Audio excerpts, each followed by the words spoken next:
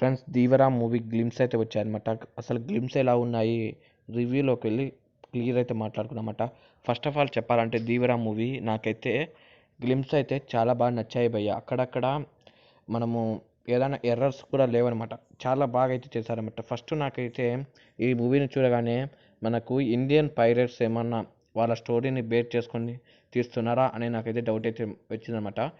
ఇప్పుడు Indian pirates కావచ్చు, ఇప్పుడు మనం చూసామంట 'pirates of the Caribbean' movie లాగా ఏమైనా ఎన్టీఆర్తో ఏమైనా ప్లాన్ చేస్తున్నారా కొరటాల శివ గారు అయితే నాకైతే అనిపించింది అనమాట. నాకైతే మంచి సినిమా కాన్సెప్ట్ అయితే బాగుంది. అంటే మన ఇండియన్ పైరేట్స్ని ఉద్దేశించుకొని ఈ సినిమా అయితే తీస్తున్నారని నాకైతే అనిపిస్తుంది అనమాట. మరి విజువల్స్ కూడా హాలీవుడ్ రేంజ్లో అయితే ఉన్నాయన్నమాట. కలర్ గ్రేడింగ్ కావచ్చు, మనము ఇప్పుడు హాలీవుడ్ మూవీలో చూసుకుంటే మనకు 'గేమ్ ఆఫ్ ద థ్రోన్స్' ఉంది కదా, ఆ మూవీ హైప్స్ అయితే వచ్చాయన్నమాట. నాకైతే మొత్తానికి కొరటాల శివ అయితే గివింగ్ గూస్ బంప్స్ అని చెప్పొచ్చు. మనము కొరటాల శివ గూస్ బంప్స్ అయితే ఇస్తున్నారు. మరి విజువల్స్లో కానీ మరి ఆ ఎఫెక్ట్స్ కానివ్వండి చాలా అయితే బాగున్నాయన్నమాట. సినిమాటోగ్రఫీ కూడా చాలా బాగుంది.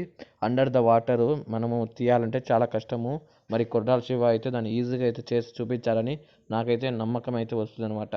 మరి ఎన్టీఆర్ లుక్స్ అయితే చాలా బాగున్నాయన్నమాట. మనము ఏ సినిమాలో చూడని లుక్స్ కానివ్వండి.